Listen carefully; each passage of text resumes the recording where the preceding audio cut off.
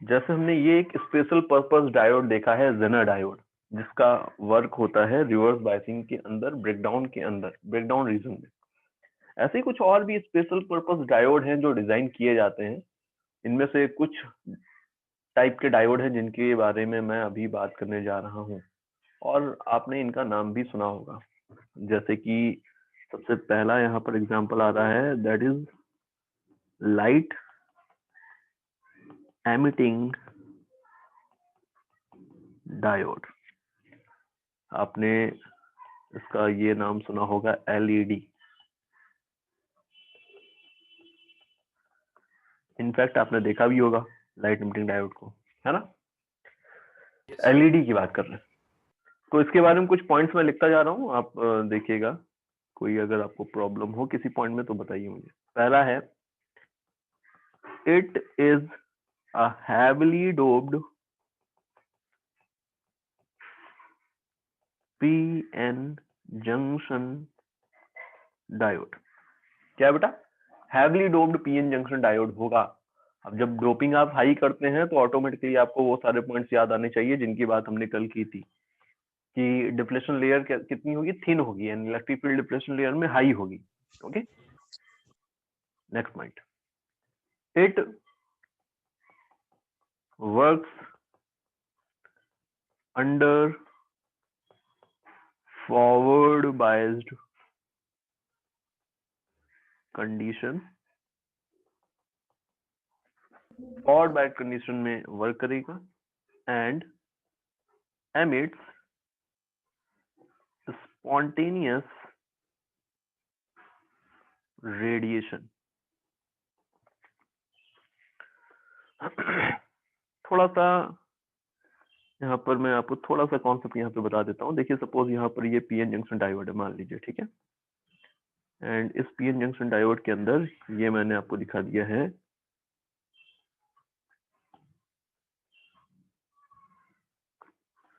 मान लीजिए ये है डिप्लेशन लेयर, ठीक है। एज्यूम करिए थोड़ी देर के लिए कि डिप्लेशन लेयर है। ये है पी टाइप, ये है एन टाइप, ये है डिप्लेशन लेयर। ओके, हमने इसको इस तरह से फॉरवर्ड बायस्ड कर रखा है।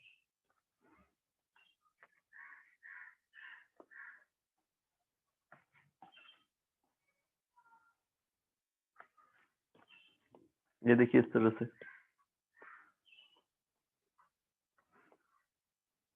अब क्या होने वाला है कि जब आप ऐसे फॉरवर्ड बायस्ड को करेंगे तो देखिए बेटा, मैंने क्या बोला था कि बहुत सारे फैक्टर्स हैं जिनकी हेल्प से हम इनके जो कैरेक्टरिस्टिक्स हैं उनको चेंज कर सकते हैं, वेरी करा सकते हैं। तो अभी यहाँ पर इसके अंदर हम कुछ इस तरह से डिजाइनिंग का ख्याल रखते हैं कि जब फॉरवर्ड बायस्ड इस तरह से इसको करेंगे तो एन टाइप के अंदर से जो इलेक्ट्रॉन्स, भाई मेजॉरिटी चार्ज कैरियर्स यहाँ पे कौन है? इलेक्ट्रॉन। ये मेजॉरिटी चार्ज कैरियर्स मैं दिखा रहा हूँ आपको, ये देखिए इधर मेजॉरिटी चार्ज कैरियर्स कौन है? होल्स। होल्स किधर मूव करेंगे? Across the junction. भाई majority charge carriers forward bias condition में मेजॉरिटी चार्ज कैरियर्स जो होते हैं अक्रॉस द जंक्शन जाते हैं। इधर जो इलेक्ट्रॉन्स है वो किस तरफ जा रहे होंगे? वो इस तरफ जा रहे होंगे। तो अभी यहाँ पर इस तरह का कुछ मोशन होने वाला है, इलेक्ट्रॉन्स इस तरफ जा रहे हैं, होल्स इस तरफ जा रहे हैं। दोनों जब इस तरह से आएंगे तो दोनों जब इस तरह से अक्रॉस द जंक्शन मूव करेंगे तो जंक्शन एरिया में पहुंच करके इनमें से कई ऐसे होंगे जिनका आपस में रिकॉम्बिनेशन हो जाएगा। सारे की तो नहीं बात कर सकते, लेकिन हाँ, अब यहाँ पर millions of majority charge carriers अगर इस तरह से मूव कर रहे हैं तो काफी सारे ऐसे होंगे जिनका आपस में क्या होगा? रिकॉम्बिनेशन हो जाएगा। एक इलेक्ट्रॉन एक होल को अगर मिलेगा तो इलेक्ट्रॉन, बेसिकली इलेक्ट्रॉन था एंड होल क्या है? वैलेंस शेल में इलेक्ट्रॉन की वैकेंसी। तो जब एक इलेक्ट्रॉन एक होल को ऐसे मिलेगा तो दोनों एक दूसरे को डिफ्यूज कर देंगे, ठीक है बेटा। अब जब डिफ्यूज करेंगे तो डिफ्यूजन का मतलब क्या हुआ कि बेसिकली एक इलेक्ट्रॉन था और एक होल है, दोनों अगर मिलेंगे तो नेट चार्ज कितना हो गया?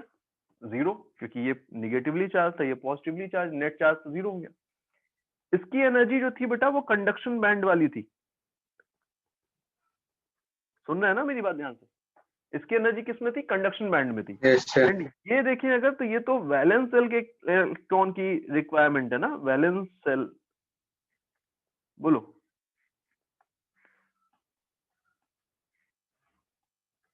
बोलो बेटा। तो अभी क्या होने वाला है यहाँ पर? वैलेंस बैंड में एनर्जी आनी चाहिए जो इलेक्ट्रॉन इसको फिल करेगा। तो इसके पास कुछ एक्स्ट्रा एनर्जी है। अगर ये इसको डिफ्यूज करना चाहता है तो ये वैलेंस बैंड में एंटर करना चाहिए। उसके लिए इसके पास जो एक्स्ट्रा एनर्जी है, वो एक्स्ट्रा एनर्जी को इसको रेडिएट करना पड़ेगा। एंड वही एक्स्ट्रा एनर्जी यहाँ पर in the form of photon release होने वाली है। तो यहाँ पर क्या बनेगा? इन दोनों के रिकॉम्बिनेशन से फोटोन। ये जो फोटोन होगा, इसकी जो एनर्जी होगी, ये एनर्जी बैंड गैप के इक्वल होगी। जो इस इलेक्ट्रॉन के पास एक्स्ट्रा एनर्जी है उसके इक्वल होगी, मैं ये बोल रहा हूँ। बताइए ठीक है? ओके, कोई यस कंफ्यूजन? सर। तो ये पॉइंट मैं यहाँ पर मेंशन कर देता हूँ। In forward biased condition, electrons from n type and holes from p type move across the junction and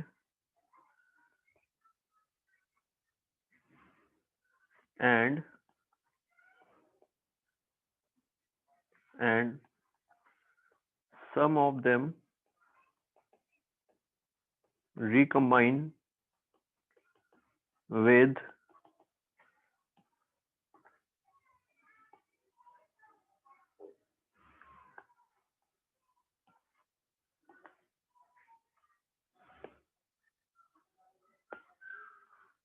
each other. Okay, and energy जो रिलीज हुई वो मैंने यहाँ पर आपको दिखा दी। इसके लिए एलईडी के लिए हम एक सिंबल भी ड्रॉ करते हैं। सिंबल देखिए, सिंबल कैसा होगा एलईडी का? भाई स्पेशल पर्पस डायोड है, तो कैसे पता चलेगा कि ये एलईडी है? तो इसके लिए हमें एक स्पेशल सिंबल डिजाइन करना पड़ा। ये आप देख रहे हैं, ये जनरल डायोड का सिंबल होता है। इसके साथ में यहाँ पर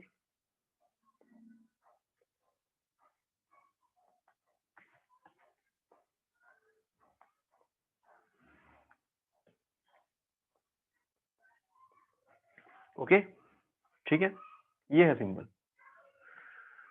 चलिए नेक्स्ट, ऐसे ही एक स्पेशल पर्पस डायोड है, that is photo diode. Photo diode क्या होता है? तो इसको भी आप जानते हैं, भले ही नाम सुना जानते हो, बट इसका तो आपने एप्लीकेशन भी देखा है। अभी बताऊंगा मैं कहाँ पर। कुछ पॉइंट्स मैं लिख देता हूँ उसके बारे में भी। It is a special purpose diode. It is a special purpose diode which is used to sense and measure the incident light. Incident light को सेंस करने के लिए, मेजर करने के लिए, मतलब कितनी स्ट्रॉन्ग, कितनी स्ट्रेंथ है, इसको मेजर करने के लिए हम क्या करते हैं? फोटो डायोड को यूज कर सकते हैं। It works under reverse biased condition. Reverse biased condition के अंडर में ये मूव करने वाला है। समझते हैं, पहले इसके वर्किंग थोड़ी समझ लेते हैं। मैंने यहाँ पर आपको दिखाया हुआ है कि ये एक पीएन जंक्शन डायोड था।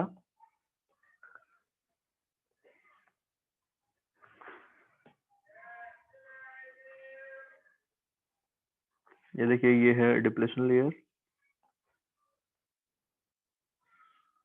अब भाई जब रिवर्स बायसिंग कर देंगे आप इसकी, तो डिप्लेशन लेयर रिवर्स बायसिंग में और थिक हो जाती है। तो डिप्लेशन लेयर थिक हो गई है काफी, है ना, ऐसा कुछ। अब हमने क्या किया यहाँ पर? ये लिया है पी टाइप एंड ये लिया है एन टाइप। रिवर्स बायसिंग की हुई है, तो इसका मतलब क्या हुआ कि अगर यहाँ पर देखें हम तो एन टाइप इससे कनेक्टेड होगा, पी टाइप इससे कनेक्टेड होगा।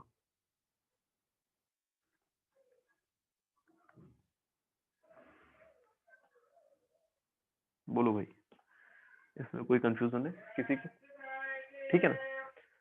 अभी क्या हुआ यहाँ पर, आपको पता है कि भाई अगर रिवर्स बायसिंग आपने कर रखी है तो जो करंट फ्लो होती है वो बहुत ही स्मॉल होती है, रिवर्स करंट माइक्रो एम्पियर के ऑर्डर की। ये बात से हमने रिवर्स बायसिंग के अंदर पढ़ी हुई है। तो अभी यहाँ पर आप ऐसे ही मान लीजिए कि करंट फ्लो तो हो रही बहुत स्मॉल। क्यों स्मॉल है, उसका रीजन क्या था कि ऑल्दो यहाँ पर जो आपने बायसिंग अप्लाई की है वो माइनॉरिटी चार्ज कैरियर्स के मोशन को सपोर्ट कर रही है, उसके मोशन को प्रमोट कर रही है, बट माइनॉरिटी चार्ज कैरियर्स का जो काउंट है वही बहुत कम है। यहाँ पर जो इलेक्ट्रॉन होंगे, मतलब पी टाइप के अंदर माइनॉरिटी चार्ज कैरियर्स कौन है बेटा? इलेक्ट्रॉन, बहुत कम है। यहाँ पर जो होल्स होंगे बहुत कम है। तो अब ये चार्ज कैरियर्स ही बहुत कम है, तो कैसे मोशन हो, मतलब करंट स्मॉल ही फ्लो होगी। इलेक्ट्रॉन्स इस तरफ जा रहे हैं, होल्स इस तरफ जा रहे हैं, ऐसा कुछ हो रहा है। तो बहुत कम स्मॉल क्वांटिटी है माइनॉरिटी चार्ज कैरियर्स, इसलिए स्मॉल करंट फ्लो हो रही थी। अभी मैंने क्या किया, अभी मैंने कुछ इस तरह का सेटअप बनाया हुआ है कि अगर यहाँ पर मैं एक रेडिएशन इंसिडेंट कराऊं, यहाँ पर लाइट इंसिडेंट हो रही है आकर के, तो जैसे ही यहाँ पर आपने एक रेडिएशन को इंसिडेंट कराया तो आपको पता है कि यहाँ पर जो एनर्जी आ रही है, मतलब जो फोटॉन्स हैं उनकी कुछ एनर्जी होगी, एंड वो एनर्जी अगर यहाँ पर किसी एटम में इंसिडेंट होकर जाकर, और एटम के अंदर कोई पर्टिकुलर इलेक्ट्रॉन जो वैलेंस शेल में था वो किसी फोटोन को कैप्चर करेगा, तो फोटोन को एब्जॉर्ब करने के बाद, उसकी एनर्जी को एब्जॉर्ब करने के बाद वो कंडक्शन बैंड से वैलेंस बैंड में शिफ्ट हो जाएगा। बताइए, हाँ ऐसा कब हो पाएगा? जब एच न्यू की वैल्यू, मतलब एनर्जी ऑफ फोटोन जो होनी चाहिए, वो डेफिनेटली एनर्जी बैंड गैप से ज्यादा होनी चाहिए, तभी तो ऐसा हो पाएगा। बताइए, समझ पा रहे हैं? Yes sir. पक्का?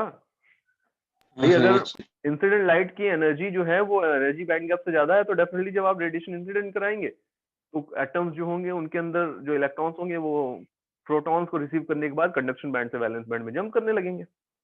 अब सपोज यहाँ पर मैं एक एटम ले रहा हूँ जिसके अंदर एक इलेक्ट्रॉन कंडक्शन बैंड से वैलेंस बैंड में आता है। जैसे ही एक इलेक्ट्रॉन कंडक्शन बैंड से वैलेंस बैंड में आएगा, इस तरह से जंप करते ही जो इलेक्ट्रॉन बना वो फ्री इलेक्ट्रॉन बना है, एंड जो वैकेंसी क्रिएट हुई वो होल है। अब जो इलेक्ट्रॉन है, अब यहाँ पर आपको पता है कि भाई यहाँ पर फील्ड भी एग्जिस्ट कर रही है ना बेटा। एक फील्ड किधर एग्जिस्ट कर रही है? देखो इस तरफ दिख रहा है ये, यहाँ पर एक फील्ड भी एग्जिस्ट कर रही है ना ऑलरेडी। एन टाइप से पी टाइप की तरफ एक फील्ड एग्जिस्ट कर रही है रिवर्स बायसिंग के केस में।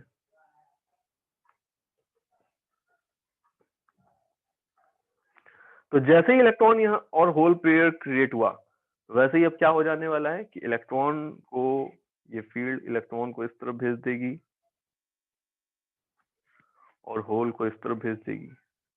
तो अब ये जो इलेक्ट्रॉन यहाँ पर क्रिएट हुआ है इस तरह से ट्रांजिशन की वजह से, अगर आप उसको देखेंगे तो ये उसी डायरेक्शन जा रहा है जिस तरफ इधर के इलेक्ट्रॉन जा रहे हैं। तो मतलब यहाँ पर जो इलेक्ट्रॉन होल पेयर जनरेट हुआ है वो बेसिकली माइनॉरिटी चार्ज कैरियर्स कहलाना चाहिए। क्या ये पॉइंट आपको क्लियर हो रहा है ना? क्योंकि ये होल उधर ही जा रहा है जिधर की ये माइनॉरिटी चार्ज कैरियर जो थे वो जा रहे थे जिधर, है ना? तो इस तरह से लगातार इलेक्ट्रॉन होल पेयर जनरेट होते जाएंगे जैसे जैसे आप लाइट को इंसिडेंट कराएंगे। अब ये इलेक्ट्रॉन इस तरफ आएगा, इस तरफ आकर के क्या होने वाला है, फर्दर यहाँ से साइकिल कंप्लीट होगी। तो जो करंट है यहाँ पर इस ब्रांच के अंदर, मैं कुछ करंट एज्यूम कर रहा हूँ, उसको मेजर करने के लिए आप यहाँ पर एक गैल्वेनोमीटर भी कनेक्ट कर सकते हैं। तो जैसे ही आपने यहाँ पर लाइट को इंसिडेंट कराया वैसे ही नंबर ऑफ चार्ज कैरियर्स बढ़ गए। नंबर ऑफ चार्ज कैरियर्स बढ़ गए तो रिवर्स करंट की वैल्यू बढ़ने लगी, है ना? बताइए, ठीक है ना? एलईडी के लिए हम एक Yes, sir. कैरेक्टरिस्टिक कर्व भी बनाते हैं। तो कैरेक्टरिस्टिक कर्व एलईडी के लिए ऐसा होगा कुछ।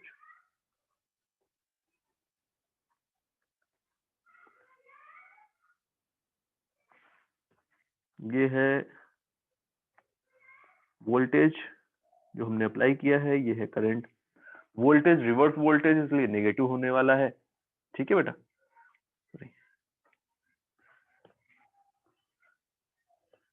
एंड करंट रिवर्स करंट इसलिए माइक्रो एम्पियर के ऑर्डर में होने वाली है। करंट भी रिवर्स करंट है इसलिए नेगेटिव होगी। तो जब आपने लाइट को इंसिडेंट कराया इनिशियली, तो आपको सपोज ग्राफ ऐसा मिला कुछ। ये जो ग्राफ मैं ड्रॉ कर रहा हूँ भाई, ब्रेकडाउन की बात नहीं कर रहे हैं हम, नॉर्मल वर्किंग रिवर्स बायसिंग की बात कर रहे हैं। अभी ये जो ग्राफ है, सपोज अभी जब आपने लाइट की इंटेंसिटी I1 ली थी, उसके करस्पॉन्डिंग आपको ग्राफ मिला ये वाला। अब मैं लाइट की इंटेंसिटी को बढ़ा दूं, keeping the frequency same. Intensity को बढ़ाएंगे आप तो ज्यादा नंबर ऑफ फोटॉन्स इंसिडेंट हो रहे हैं, ऐसा मान के चलेंगे। ज्यादा नंबर ऑफ फोटॉन्स इंसिडेंट होंगे तो ज्यादा नंबर ऑफ ट्रांजिशन होंगे from the valence band to conduction band, ज्यादा number of charge carrier generate होंगे तो ज्यादा करंट फ्लो होगी। तो आपको ग्राफ ऐसा मिलेगा, ठीक है। हमने इंटेंसिटी को बढ़ा दिया, I1 से I2 कर दिया है, तो करंट की वैल्यू बढ़ रही है। और बढ़ाएंगे इंटेंसिटी तो और ग्राफ ऐसे बढ़ेगा। बताइए, समझ पा रहे हैं? Okay, yes sir. Yes sir. ऐसा कुछ होगा। तो बस इतना सीधा सा सिंपल सा इसका कॉन्सेप्ट है, और कुछ खास नहीं है। It is a special purpose diode which generates EMF when sunlight falls on it। क्या हुआ? स्पेशल पर्पस डायोड है, ईएमएफ को जनरेट करेगा जब सनलाइट इस पे ऊपर गिरेगी, इसीलिए इसका नाम सोलर सेल रखा है। सेल का मतलब है ईएमएफ होना चाहिए, सोलर का मतलब है सनलाइट की बात हो रही है, ठीक है। It works under no external biasing. कोई भी एक्सटर्नल बायसिंग यहाँ पर आपको नहीं करनी है, क्योंकि भाई बायसिंग करने के लिए बैटरी चाहिए, एंड बैटरी एक्सटर्नली अगर आप कनेक्ट करेंगे तो ये फिर किस बात का सेल? समझ पा रहे हैं? It works under no external biasing condition, yet its working principle is same as that of photodiodes sorry. इसकी जो वर्किंग है ना, सेम वही है जैसे कि फोटोडायोड की थी। अभी मैं दिखाऊंगा आपको कैसे। ओके, फोटोडायोड की, अच्छा वैसे जो वर्किंग प्रिंसिपल है, फोटोडायोड का जो वर्किंग प्रिंसिपल है, उसको हम बोलते हैं photovoltaic effect. It is called photovoltaic effect. Basically आप बोल सकते हैं कि हम जिन सोलर पैनल की बात करते हैं ना, उन सोलर पैनल में जो स्मॉलेस्ट यूनिट होती है, जिसमें एक्चुअल में लाइट एनर्जी इलेक्ट्रिकल एनर्जी में कन्वर्ट हो रही है, उसको ही बोल रहे हैं सोलर सेल। तो हम उस फंडामेंटल एलिमेंट की बात कर रहे हैं सोलर पैनल के, ठीक है, सोलर सेल। तो फोटोवोल्टाइक इफेक्ट पे काम करता है। वो जो अभी हमने यहाँ पर इसके पहले यहाँ पर देखा था, इसके केस में यही है फोटोवोल्टाइक इफेक्ट, ठीक है बेटा। नेक्स्ट पॉइंट देखिए, अब नेक्स्ट पॉइंट देखिए, it is designed in such a way that the size of depletion layer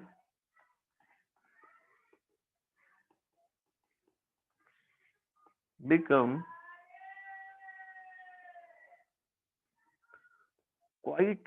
becomes quite large as compared to other general diode. ठीक है बेटा, अदर जनरल डायोड जो होते हैं उनके कंपेरेटिवली इसके अंदर जो डिप्लेशन लेयर होती है उसका साइज हमें काफी लार्ज चाहिए होता है। इस तरह से हम इसको डिजाइन करते हैं। क्यों लार्ज चाहिए होता है वो आपको यहाँ पर क्लियर हो जाएगा कि भाई अगर यहाँ पर मैं सी डायग्राम को कॉपी कर लेता हूँ, ये है हमारे पास सपोज फोटो डायोड। तो एक्चुअल में जो हमें पेयर जनरेट करने होते हैं इलेक्ट्रॉन एंड होल्स पेयर, समझिएगा बात। अभी जब मैंने ये आपको इफेक्ट दिखाया था उस केस में भी ये चीज कॉमन थी कि हमें बेसिकली जो जो इलेक्ट्रॉन होल पेयर जनरेट करना है वो इस रीजन में अगर करेंगे तो हमें कोई फायदा नहीं होगा, क्योंकि इस रीजन में जब एक इलेक्ट्रॉन बनेगा एक होल बनेगा तो उससे क्या होने वाला है, इलेक्ट्रॉन किधर जाएगा, इस तरफ जाएगा। बोलो ठीक है ना, ओके। बट अभी यहाँ पर क्या हो रहा है कि यहाँ पे जो होल है वो माइनॉरिटी चार्ज कैरियर नहीं कहलाएगा, वो तो यहाँ पे जो होल है बेटा वो क्या कहलाएगा यहाँ पर, वो तो मेजॉरिटी चार्ज कैरियर कहलाएगा ना, क्योंकि पी टाइप के अंदर होल क्या कहलाते हैं, मेजॉरिटी चार्ज कैरियर। तो हमें बेसिकली ये जो इलेक्ट्रॉन होल पेयर जनरेट करना होता है वो कहाँ जनरेट करना होता है, डिप्लेशन लेयर के अंदर। ओके, तो अभी हमने क्या किया, डिप्लेशन लेयर के साइज को ही काफी बड़ा रखा है जिससे कि ज्यादा नंबर ऑफ फोटॉन्स यहाँ पर इंसिडेंट हो पाए। क्लियर, ये बात समझ पा रहे हैं, ज्यादा नंबर ऑफ फोटॉन्स यहाँ पर इंसिडेंट हो पाए, ये हम यहाँ पर लेकर के चलते हैं। ठीक है, ओके। अब क्या होगा, इलेक्ट्रॉन होल पेयर जनरेट होंगे, सेम वही लॉजिक है। जैसे ही लाइट इंसिडेंट होगी फोटॉन्स रिसीव किए जाएंगे बाय द इलेक्ट्रॉन्स, वो कंडक्शन बैंड में जंप करके आ जाएंगे, इलेक्ट्रॉन होल पेयर जनरेट होंगे, इलेक्ट्रॉन्स को एन टाइप की तरफ भेज दिया जाएगा, फोटोन को पी टाइप की तरफ भेज दिया जाएगा, ऐसा कुछ होगा। सिर्फ डिफरेंस क्या आ रहा है यहाँ पर इस बात का कि हमने यहाँ पर कोई भी बैटरी कनेक्ट नहीं कर रखी। कोई बात नहीं, डिप्लेशन लेयर तो ऑलरेडी एग्जिस्ट कर ही रही थी ना, एंड इक्विलिब्रियम में डिप्लेशन लेयर की विद कांस्टेंट थी ना। बताइए, समझ पा रहे हैं ये बात? मैं वापस से एक बार या फिर क्लियर करता हूँ, वापस से यहाँ पर दिखाता हूँ मैं आपको क्या हो रहा है, समझिए स्टार्टिंग से। सबसे पहले तो यहाँ पर मैंने आपको ये दिखाया हुआ है PN junction diode, solar cell है, कोई एक्सटर्नल बायसिंग मैंने यहाँ पर नहीं की हुई है, देख पा रहे हैं आप साफ साफ। बट हाँ, एक्सटर्नल बायसिंग नहीं करने के बावजूद आपको पता है ना यहाँ पर एक फील्ड एग्जिस्ट करेगी डिप्लेशन रीजन के अंदर। ठीक है, वो इलेक्ट्रिक फील्ड एन टाइप से पी टाइप की तरफ डायरेक्टेड होगी, ये बात हमको एग्जैक्टली क्लियर है। पी टाइप के अंदर भी मेजॉरिटी चार्ज कैरियर्स है, एन टाइप के अंदर भी मेजॉरिटी चार्ज कैरियर्स, दोनों के अंदर माइनॉरिटी चार्ज कैरियर्स भी हैं। दोनों का ही मोशन अक्रॉस द जंक्शन हो रहा है, इक्विलिब्रियम मेंटेन्ड है, net current flowing across the junction is zero है ना। इक्विलिब्रियम कंडीशन जो आपको पता है वो सारे रिजल्ट यहाँ पर दिख रहे हैं। अब मैंने क्या किया, अभी बेटा जितना फॉरवर्ड करंट है उतना ही जितना ड्रिफ्ट करंट है उतना ही डिफ्यूजन करंट है, इसलिए नेट करंट कितना है, जीरो। तो यहाँ पे जो आपको गैल्वेनोमीटर कनेक्टेड दिख रहा है उसमें नेट करंट कितनी आने वाली, जीरो, मतलब रीडिंग कितनी आएगी, जीरो। ठीक है, ओके। अभी हमने क्या किया, अब डेफिनेटली यहाँ पर बेटा एक रेजिस्टेंस भी है, ये जो आउटर सर्किट है यहाँ पर रेजिस्टेंस भी आपको कंसिडर करना पड़ेगा। अब मैंने इसके ऊपर यहाँ पर डिप्लेशन रीजन में लाइट को इंसिडेंट कराना स्टार्ट किया। अब जब यहाँ पर लाइट इंसिडेंट होगी तो लाइट के इंसिडेंट होते ही यहाँ पर आपको दिखेगा कि ट्रांजिशन स्टार्ट हो गया, इलेक्ट्रॉन्स कंडक्शन बैंड से वैलेंस बैंड से कंडक्शन बैंड में जंप करने लगे। जैसे ही एक इलेक्ट्रॉन वैलेंस बैंड से कंडक्शन बैंड में जंप करेगा तो एक इलेक्ट्रॉन एक होल जनरेट हुआ, इलेक्ट्रॉन पे ये फील्ड इस डायरेक्शन में फोर्स लगा देगी तो ये इस तरफ चला जाएगा, होल्स पे ये फील्ड इस तरफ फोर्स लगा देगी तो ये इस तरफ चला जाएगा, ऐसे ही तो होगा, है ना। तो ऐसे एक इलेक्ट्रॉन थोड़ी, ऐसे कई सारे इलेक्ट्रॉन्स हैं जो इस तरफ आ गए, ऐसे कई सारे होल्स हैं जो इस तरफ आ गए। बताइए क्या आपको ये पॉइंट क्लियर हुआ? ओके, ऐसा करने से यहाँ पर क्या फर्क पड़ने वाला है, ऐसा करने से ये फर्क पड़ेगा कि यहाँ पर होल्स का जो कॉन्सेंट्रेशन है वो बढ़ गया, यहाँ पर इलेक्ट्रॉन्स का कॉन्सेंट्रेशन बढ़ गया, पहले के कंपेरेटिवली इलेक्ट्रॉन्स का कॉन्सेंट्रेशन यहाँ पर बढ़ गया। बताइए ठीक है ये बात? ओके, अच्छा, अगर आप ध्यान से देखेंगे ये बात तो अभी यहाँ पर जो मैंने डायग्राम दिखाया था उस डायग्राम में दिखाया था कि बेसिकली यहाँ पे जो इलेक्ट्रॉन ऑलरेडी एग्जिस्ट कर रहे थे एंड यहाँ पर होल्स भी ऑलरेडी एग्जिस्ट कर रहे थे कुछ माइनॉरिटी चार्ज कैरियर्स, तो ये माइनॉरिटी चार्ज कैरियर्स भी इधर ही जाने की टेंडेंसी दिखाते हैं, एंड ये जो इलेक्ट्रॉन यहाँ पे जनरेट हुए हैं ये भी इधर ही जाने की टेंडेंसी दिखा रहे हैं, है ना। ये होल्स जो है वो भी इधर जाने की टेंडेंसी दिखाते हैं, यहाँ पे जो होल्स जनरेट हुए हैं वो भी इधर ही जाने की टेंडेंसी दिखा रहे हैं, तो मतलब इनका जो नेचर है बाय डिफॉल्ट वो कैसा है, माइनॉरिटी चार्ज कैरियर्स की तरह है, वो उधर ही मूव कर रहे हैं जिधर माइनॉरिटी चार्ज कैरियर्स मूव करते हैं, ठीक है, ओके। तो अल्टीमेटली आप क्या बोलोगे कि माइनॉरिटी चार्ज कैरियर्स का मोशन बढ़ने लगा तो रिवर्स करंट, भाई ये minority charge carriers across junction flow भी कर रहे हैं, है ना, तो इसका मतलब क्या हुआ कि रिवर जो ड्रिफ्ट करंट था वो बढ़ने लगा, ड्रिफ्ट करंट बढ़ने लगा, तो अब आपको यहाँ पर क्या दिखने वाला है कि इक्विलिब्रियम जो है वो डिस्टर्ब हो गई, इक्विलिब्रियम स्टेट तो डिस्टर्ब हो गई ना, बताइए, इक्विलिब्रियम स्टेट तो डिस्टर्ब हो गई, अब तो नेट करंट जीरो नहीं रहा, नेट करंट जीरो नहीं रहा यहाँ पर, तो नेट करंट फ्लो होने लगा, वो भी ड्रिफ्ट करंट ज्यादा हो गया है, तो नेट करंट जो है वो ड्रिफ्ट करंट के अकॉर्डिंग डिफाइन होगा, तो आप उसको क्या बोलेंगे, रिवर्स करंट है, drift current minus diffusion current is called the reverse current, है ना। तो रिवर्स करंट फ्लो होने लगा, भाई आप इनका मोशन देखिए, इलेक्ट्रॉन्स अगर पी से एन की तरफ जा रहे हैं तो करंट की डायरेक्शन कौन सी माननी पड़ेगी आपको, ये वाली, भाई इलेक्ट्रॉन किधर जा रहे हैं, देखो इलेक्ट्रॉन का मोशन देखो, करंट की डायरेक्शन कौन सी है, ये वाली आई ना, तो नेट करंट यहाँ पर फ्लो होने लगी, जैसे जैसे आप लाइट को इंसिडेंट कराते जाएंगे नेट करंट फ्लो होती रहेगी, ओके। क्यों फ्लो हो रही है उसका रीजन, तो उसका रीजन ये है कि भाई जब यहाँ पे कॉन्सेंट्रेशन डिस्टर्ब हुआ तो वापस से सिस्टम इक्विलिब्रियम स्टेट को रीगेन करना चाहेगा, एंड सिस्टम को अगर इक्विलिब्रियम स्टेट रीगेन करनी है तो वापस से जो चार्ज कैरियर्स का काउंट है उसको मेंटेन रखना पड़ेगा, उसको मेंटेन रखने के लिए क्या होगा कि जो इलेक्ट्रॉन्स यहाँ पर आ गए हैं, ये जब इलेक्ट्रॉन्स मूव करके यहाँ पर आएंगे तो उन इलेक्ट्रॉन्स को वापस से ये सिस्टम इधर भेजेगा, ताकि जो चार्ज कैरियर्स का काउंट है वो डिस्टर्ब ना हो, इक्विलिब्रियम स्टेट मेंटेन रहे, तो ये सारे प्रोसेस साइमल्टेनियसली चल रहे हैं, आप लाइट को इंसिडेंट करा रहे हैं, चार्ज कैरियर्स जनरेट हो रहे हैं, उनको यहाँ वाली फील्ड सेपरेट कर रही है, सेपरेट होने के बाद वापस से वो आउटर सर्किट के थ्रू फ्लो होकर के लौट करके आ रहे हैं, एंड ये प्रोसेस लगातार चलता जा रहा है।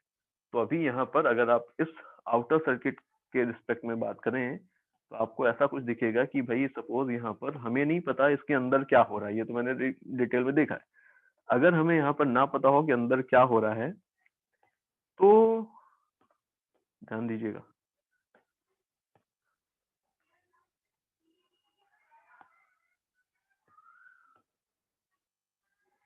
देखिए मुझे नहीं पता अंदर क्या हो रहा है, मुझे लगा यहाँ पर एक बॉक्स है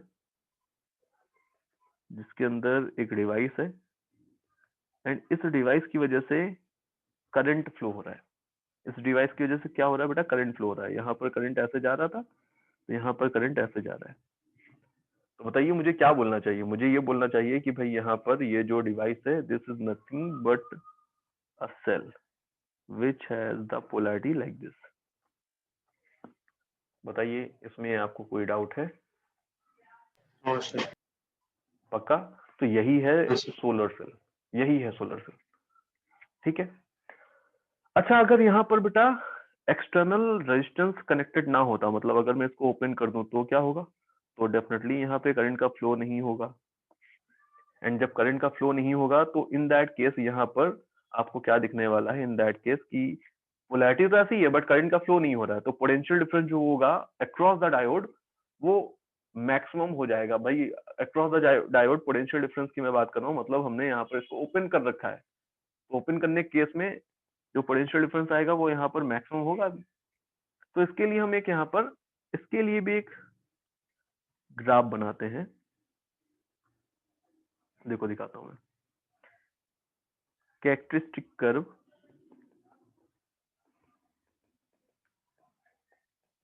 फॉर द सोलर डायोड,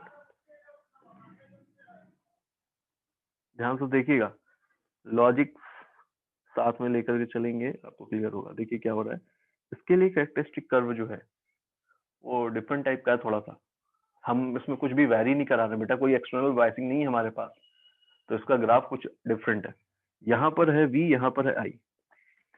अच्छा बताइए ये जो सोलर सेल मैंने ड्रॉ किया हुआ है इसमें पॉजिटिव टर्मिनल जो मुझे दिख रहा है इस सेल का वो किस तरफ है, P टाइप की तरफ, है ना, नेगेटिव टर्मिनल जो दिख रहा है वो Yes, एन टाइप, भाई ऐसा है ना, ये है ना बेटा पीएन जंक्शन, ये है ना पी टाइप, ये है एन टाइप।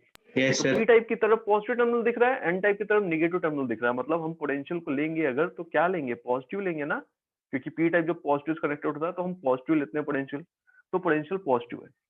ओके, तो ये मैंने आपको एक ग्राफ दिखाया है, ध्यान से देखिए।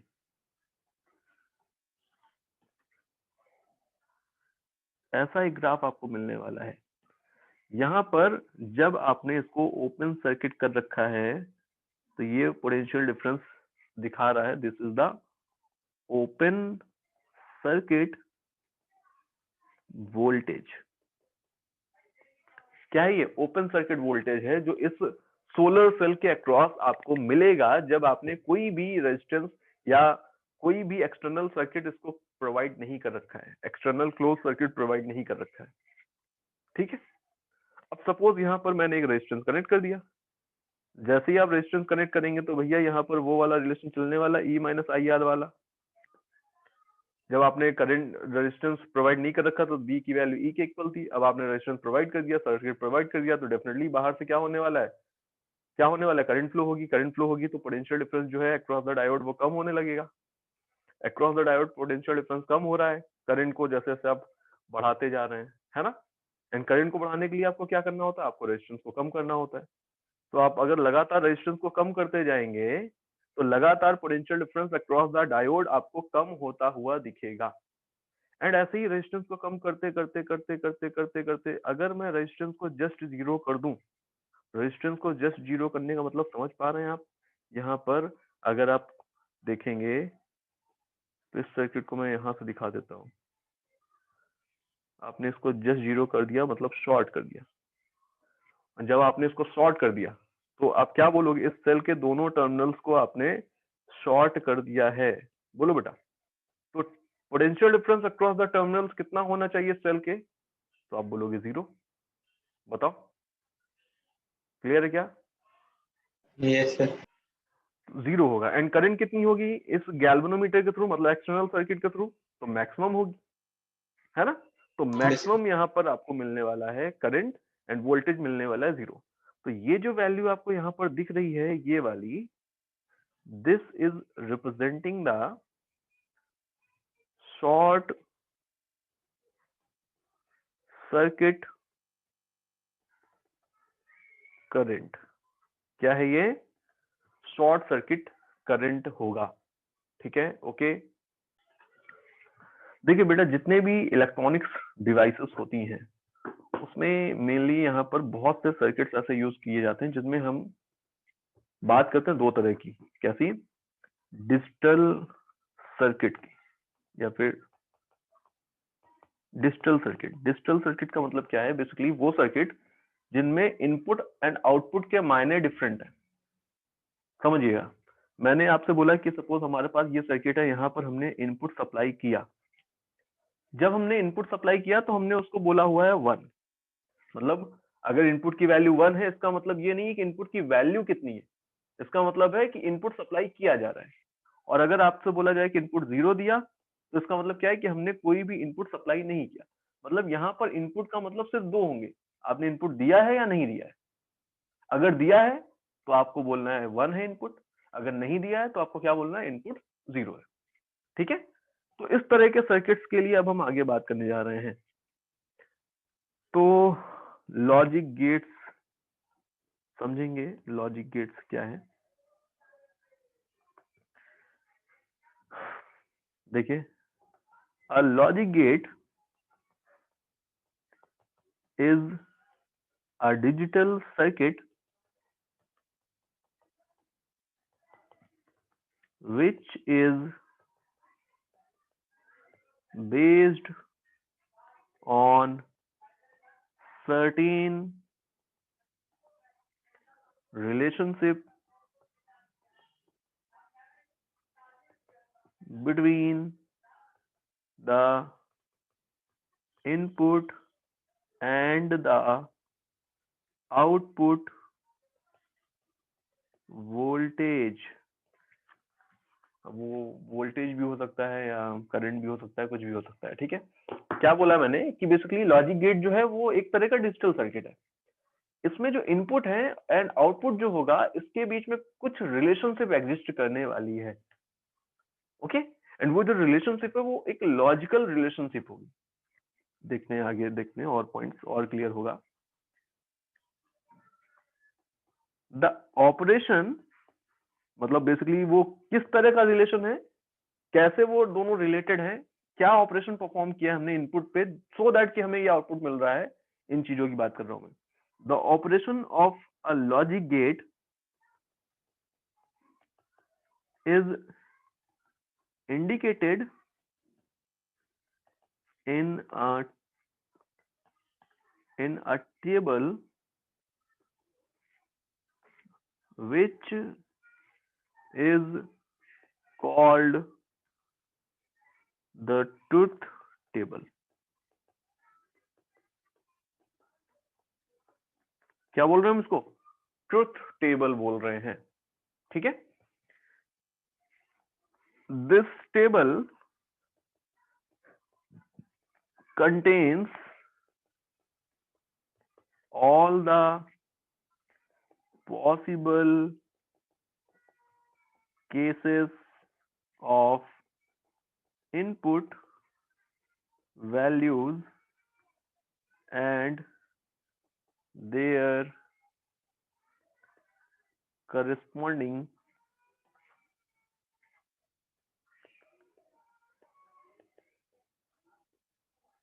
Output values. क्या हो रहा है, ये जो टेबल होगी इसमें सारे पॉसिबल केसेस होंगे इनपुट के एंड उनके करस्पॉन्डिंग आउटपुट क्या आएगा, ये सारी वैल्यूज होंगी। ठीक है, कुछ क्लियर नहीं हुआ अभी तक, चलो आगे और देखते हैं, शायद क्लियर हो। देखिए, the logic of a logic gate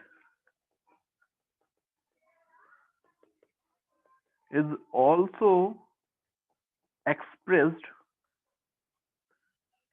in a form of expression which is called Boolean algebraic expression। भाई हो क्या रहा है यार, कुछ भी नहीं समझ में आ रहा है, ये लाइन भी पता नहीं क्या है, पता नहीं क्या इतनी देर चल रहा है। चलो कोई बात नहीं, एक और पॉइंट पे बात कर लेते हैं। तो थोड़ा सा ऊपर कर दीजिए। बूलियन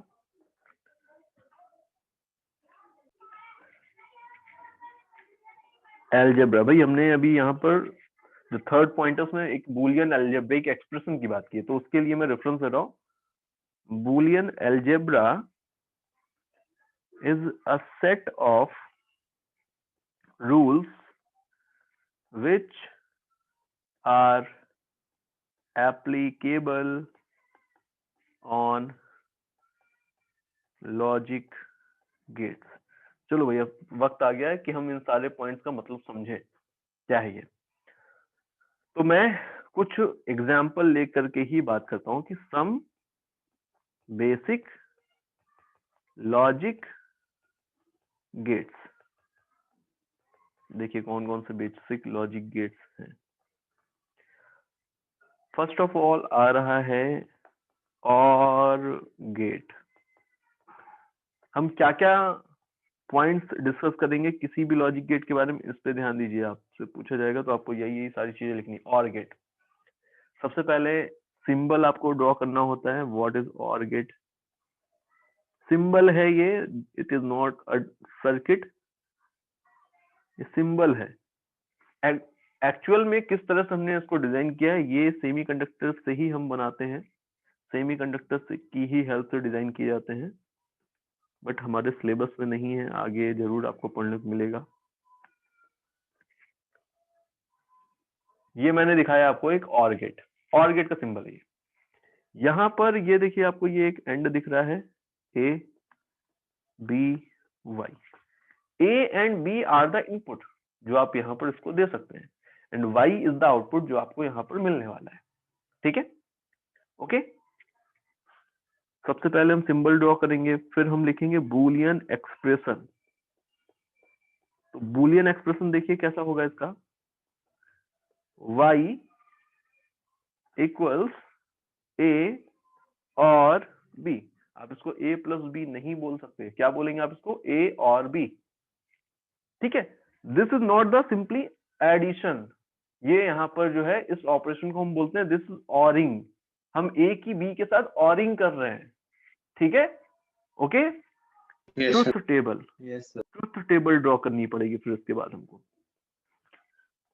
ट्रुथ टेबल में क्या क्या चीजें होंगी,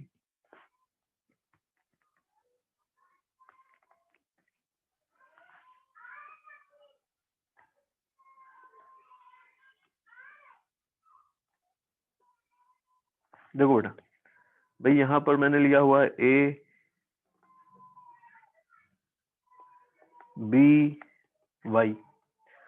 अच्छा, पॉसिबल वैल्यूज क्या हो सकती हैं a एंड b की, तो ऐसा हो सकता है कि a भी 0 हो, b भी 0 हो, यहाँ पर दो ही वैल्यू होती है, या तो 0 या तो 1, या तो आपने इनपुट दिया है या नहीं दिया है। अगर दिया है तो 1, नहीं दिया है तो 0। तो a एंड b दोनों 0 हो सकते हैं, a 0 हो सकता है, b 1 हो सकता है, a 1 हो सकता है, b 0 हो सकता है, या a एंड b दोनों ही 1 हो सकते हैं। बताओ कोई और पॉसिबल सेट ऑफ वैल्यूज बचा क्या, नहीं बचा, सारे हो गए। अब ऑरिंग क्या रिप्रेजेंट कर रही है, ऑरिंग रिप्रेजेंट कर रही है किस कॉन्सेप्ट को, देखिए समझिए। जो लॉजिक यहाँ पर है वो ट्रुथ टेबल के अंदर आपको दिखने वाला है कि जब a 0 है, b 0 है, तब आउटपुट जो होगा और गेट का वो आपको 0 मिलने वाला है। जब a 0 है, b 1 है, तो आउटपुट आपको 1 मिलने वाला है। जब a 1 है, b 0 है, तो आउटपुट आपको 1 मिलने वाला है। जब दोनों ही 1 है तो आपको यहाँ पर 1 ही मिलने वाला है। मतलब लॉजिक देखिए, लॉजिक आपको समझ में आ रहा है। अगर आपने किसी और गेट में किसी एक भी इनपुट को सप्लाई किया है, मतलब एटलीस्ट एक भी इनपुट अगर 1 है, तो आउटपुट हमेशा 1 ही होने वाला है। बताइए, ठीक है ना। जब Yes, दोनों sir. ही 0 Yes, होंगे, जब दोनों ही आपने 0 किए होंगे, तभी आउटपुट आपको 0 मिलेगा। इस लॉजिक को रिप्रेजेंट कर रहा है ये ट्रुथ टेबल। समझ पा रहे हैं, ओके। एक वैसे तो यहाँ पर डिजिटल सर्किट की ही बात होती है, डिजिटल सर्किट की ही हम बात कर रहे हैं, बट कई बार इस तरह के भी आपको क्वेश्चन बोर्ड में दिख जाएंगे कि आपसे बोला जाए कि बताइए कोई इलेक्ट्रिकल सर्किट बताइए, ड्रॉ करके दिखाइए जो और गेट के कॉन्सेप्ट को रिप्रेजेंट कर रहा हो। तो मैं यहाँ पर एक एग्जाम्पल ले रहा हूँ इलेक्ट्रिकल सर्किट का। ये एक बेटर अंडरस्टैंडिंग डेवलप करता है।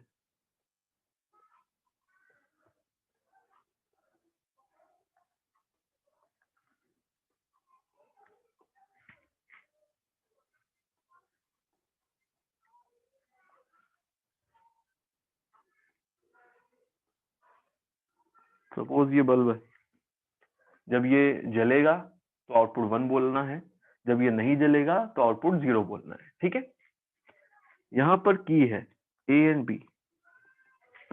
जब आप की को प्रेस करेंगे तो आप 1 बोलेंगे, जब आप की को कुछ भी नहीं करेंगे, प्रेस ही नहीं करेंगे, तो ये क्या होगा, 0 होगा। ठीक है, बताइए। ये मैंने एक बैटरी कनेक्ट की हुई है यहाँ पर। अभी आप क्या देख रहे हैं कि अगर मैं इस की को प्रेस कर दूं, मतलब ए को 1 सेट कर दूं, बी को प्रेस ना करूं, बी को 0 रहने दूं, तो भी बल्ब में करंट फ्लो होगा, बल्ब ग्लो करेगा, मतलब y की वैल्यू आपको 1 बोलनी है। बताइए, ठीक है ना ये बात। या फिर अगर मैं a को 0 ना करूं, मतलब a को 0 रहने दूं, a को मैंने प्रेस नहीं किया, एंड b को प्रेस कर दिया, b को प्रेस कर दिया, तो b को आपने 1 कर दिया, तो भी आउटपुट आपको y 1 मिलने वाला है, क्योंकि बल्ब ग्लो कर रहा है। ठीक है ना, बताइए। अगर मैं दोनों को ही प्रेस कर दूं, मैंने दोनों को ही प्रेस कर दिया, तो भी आपको करंट फ्लो होता हुआ दिख रहा है, तो भी बल्ब ग्लो कर रहा है, तो भी y की वैल्यू 1 है। केवल पहला जो केस था जब आपने दोनों को ही प्रेस नहीं किया, सिर्फ उस केस के अंदर ही आपको आउटपुट 0 मिलने वाला है। बताइए, ठीक है बेटा, ओके। तो ये यहाँ पर आपको जो लॉजिक दिख रहा है ना, इनपुट एंड आउटपुट के बीच में ये और गेट का लॉजिक हो गया कि किसी एक को भी प्रेस करेंगे तो आपको आउटपुट 1 मिलने वाला है, और गेट था ये। नेक्स्ट जो नेक्स्ट लॉजिक गेट है वो है एंड गेट। बताइए समझ पा रहे हैं? एंड गेट देखिए, सिंबल सबसे पहले तो आएगा, सिंबल कैसा होगा? एंड गेट का सिंबल कुछ इस तरह का होने वाला है।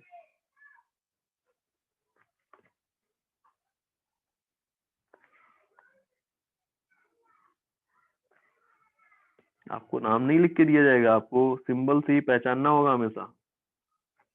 इन पे बेस्ड क्वेश्चंस आते हैं, बहुत अच्छी चांसेस होते हैं क्वेश्चन आने के। सर एक मिनट पिछली वाली स्क्रीन दिखा दीजिए। 1 minute.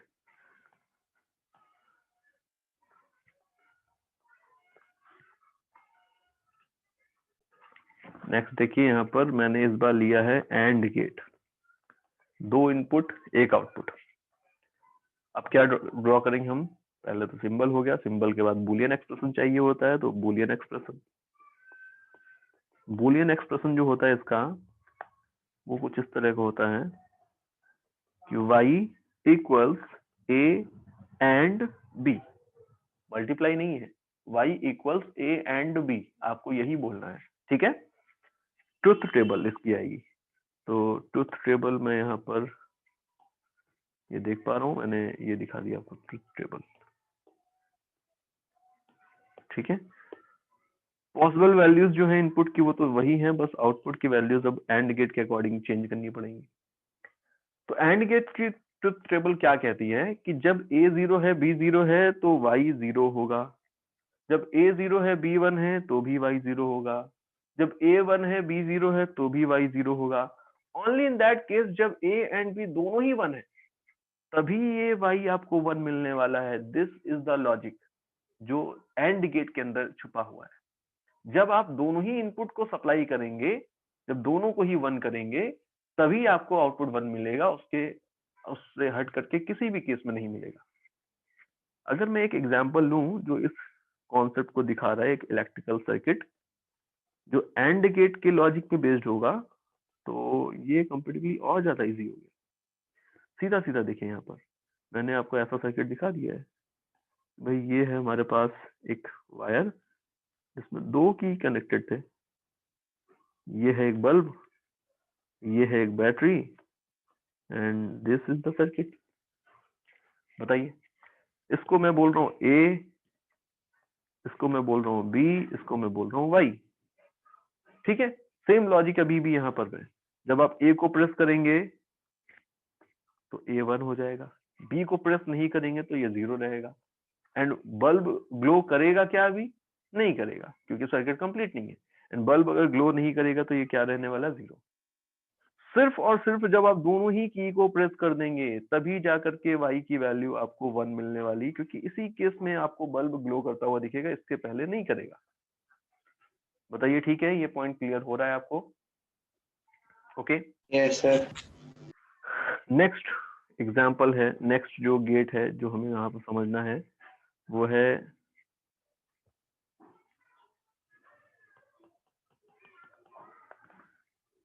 Not gate. Not gate, not gate का सिंबल देखिए पहले तो, ओके। इसके आगे यहाँ पर एक रिंग होगी छोटी सी, नॉट गेट में हम सिर्फ एक ही इनपुट दे सकते हैं एंड आउटपुट मिल रहा है हमको y। बूलियन एक्सप्रेशन इसका जो होगा वो बहुत ही स्ट्रेट है एकदम। बूलियन एक्सप्रेशन क्या है? देखिए ये y है, ये y इक्वल होगा नॉट ऑफ ए। क्या बोल रहे हैं इसको? y इक्वल्स नॉट ऑफ ए, या फिर it can also be called a बार, ठीक है। ट्रुथ टेबल भी अब इसकी मॉडिफाई हो चुकी है क्योंकि इनपुट ही एक है, तो ट्रुथ टेबल कैसी होगी? तो आपको सीधा सीधा दिख रहा है कि भाई यहाँ पर एक ही इनपुट है, एक ही आउटपुट है।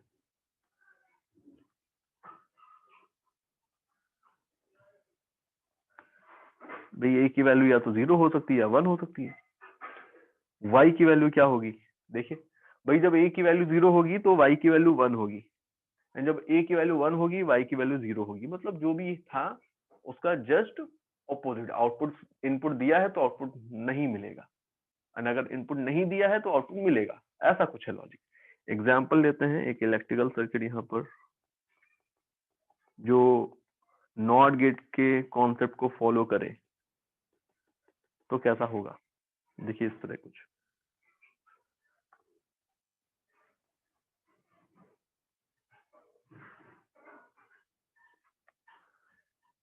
ये है बल्ब, ये है बैटरी, ठीक है बेटा, क्या कर दिया, ये है बल्ब,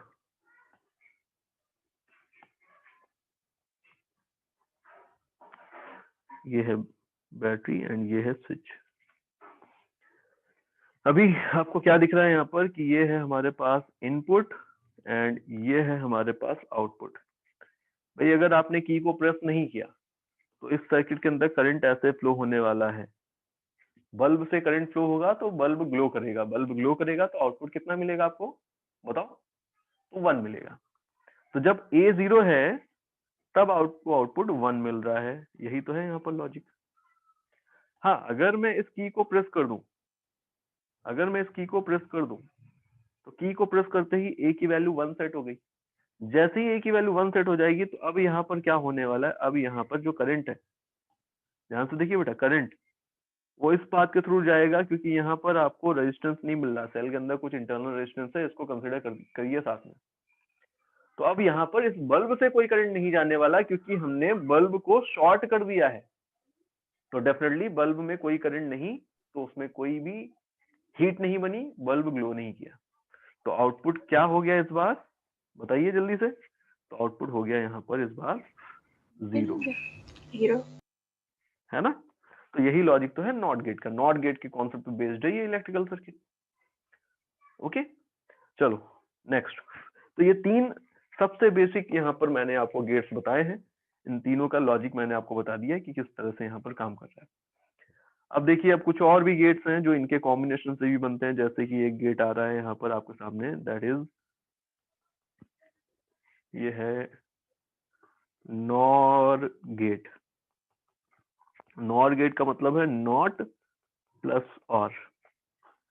हमने यहाँ पर एक ऐसा सर्किट बनाया हुआ है, देखिए ध्यान से देखिए, ये हमारे पास था नॉट गेट,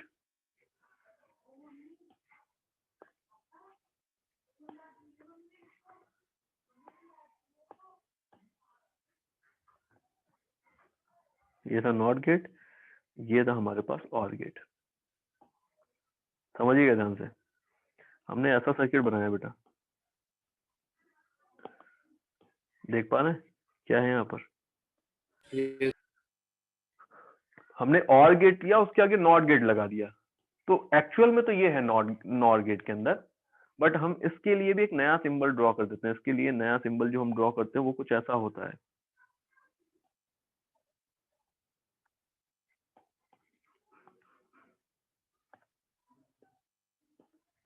देखिए नया सिंबल जो होगा इसके लिए वो ऐसा होगा।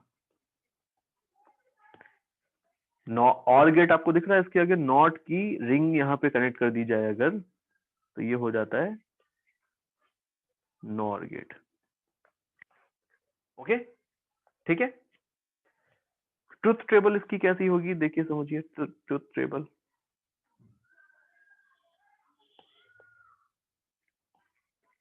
तो पॉसिबल वैल्यूज ऑफ इनपुट तो यही है, आउटपुट की वैल्यूज हमको यहाँ पर देखनी है।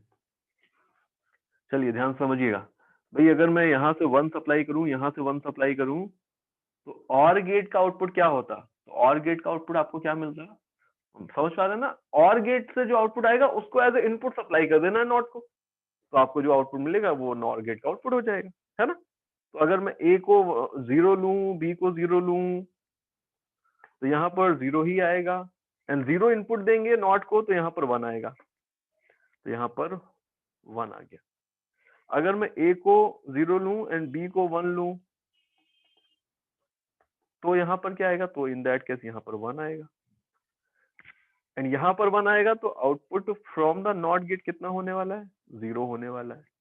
तो जो भी आउटपुट यहाँ पर आ रहा था नॉट गेट से, उसको आपने और नॉट, जो भी आउटपुट और गेट से आ रहा था उसको आपने नॉट गेट को सप्लाई कर दिया, तो नॉट गेट वापस से उन सब का नॉट ही तो देगा एज आउटपुट। तो जस्ट यहाँ पे जो वैल्यूज थी 0 0 0 1, सॉरी 0 1 1 1, उसका जस्ट नॉट कर दीजिए, आपको क्या मिलेगा 1 0 0 0। बताइए क्या आपको ये पॉइंट क्लियर हुआ? ठीक है। Yes sir. इसके लिए जो बूलियन एक्सप्रेशन है वो भी हम लिख सकते हैं। देखिए बूलियन एक्सप्रेशन, तो बूलियन एक्सप्रेशन यहाँ पर हो जाएगा y इक्वल होगा बेटा a और b। भाई यहाँ से आपने a दिया, यहाँ से b दिया, तो यहाँ पर आउटपुट जो आया है वो क्या है, a और b। एंड a और b को एज द आउटपुट अगर आप देंगे, एज द इनपुट देंगे, तो आउटपुट क्या आएगा, नॉट ऑफ a और b आएगा ना। तो ये हो गया इसके लिए बूलियन एक्सप्रेशन। ठीक है। नेक्स्ट ऐसे ही एक गेट और है जो हम कॉम्बिनेशन से बना सकते हैं, वो है नैंड गेट। अब आप बहुत अच्छे से समझ पा रहे होंगे नैंड गेट क्या है। तो एंड और नॉट, तो नॉट प्लस एंड गेट जो होगा कंबाइनली उसको बोल रहे हैं नैंड गेट। ये कैसा दिखने वाला है आपको? बेसिकली ऐसा कुछ है, एक्चुअल में तो ऐसा कुछ हो रहा है।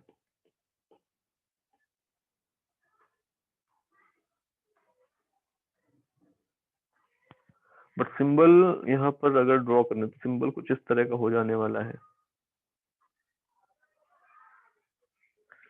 एंड गेट एंड इसके आगे यहाँ पर नॉट की रिंग। ये है A, ये है B, ये है Y। बोलो बेटा, ट्रुथ टेबल ड्रॉ करेंगे अगर, ट्रुथ टेबल ड्रॉ करेंगे अगर, तो ट्रुथ टेबल इसके लिए भी सेम वैसी होगी। भाई एंड गेट से जो आया है आउटपुट वो एज द इनपुट दे दिया। अब एंड गेट से आउटपुट 1 तभी आता था जब दोनों ही 1 होते थे, उसके पहले नहीं आता था। जब दोनों ही 1 थे तब आउटपुट 1 था, एंड 1 जब देंगे तब यहाँ पर 0 आएगा, तो यहाँ पर 0 है। बाकी सारे केसेस में एंड गेट का आउटपुट 1 होता था, तो अब नैंड गेट का क्या होने वाला है, 0 होने वाला है। सही बोला मैंने? नहीं, बाकी केसेस में 0 होता था, तो यहाँ पर 1 होने वाला है। बताइए क्या मेरी बातें समझ पा रहे हैं आप? Yes sir.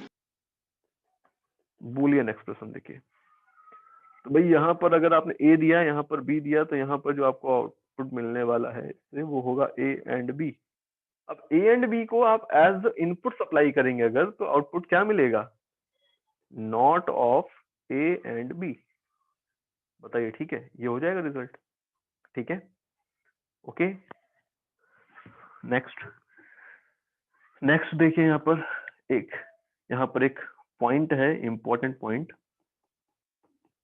वैसे तो बहुत तरह के और भी लॉजिक गेट्स होते हैं, बनाए जा सकते हैं, डिजाइन किए जा सकते हैं, बट हम यहाँ पर बोलते हैं कि बेसिकली नैंड गेट जो होता है एंड नॉर गेट जो होता है आर कॉल्ड यूनिवर्सल गेट और universal building blocks of all digital circuits। मतलब हम कोई भी गेट डिजाइन कर सकते हैं by the repetitive use of NAND and NOR gate. समझ पा रहे हैं? इन दोनों गेट के रिपीटेटिव यूज से आप किसी भी गेट को डिजाइन कर सकते हैं। ओके, तो ये भी पॉइंट मैं यहां लिख रहा हूं, we can design any logic gate by repetitive use of these 2 gates. Okay, ठीक है। चलिए अभी एक दो टाइप के गेट और बचे हुए हैं, 2 गेट और हैं। नेक्स्ट है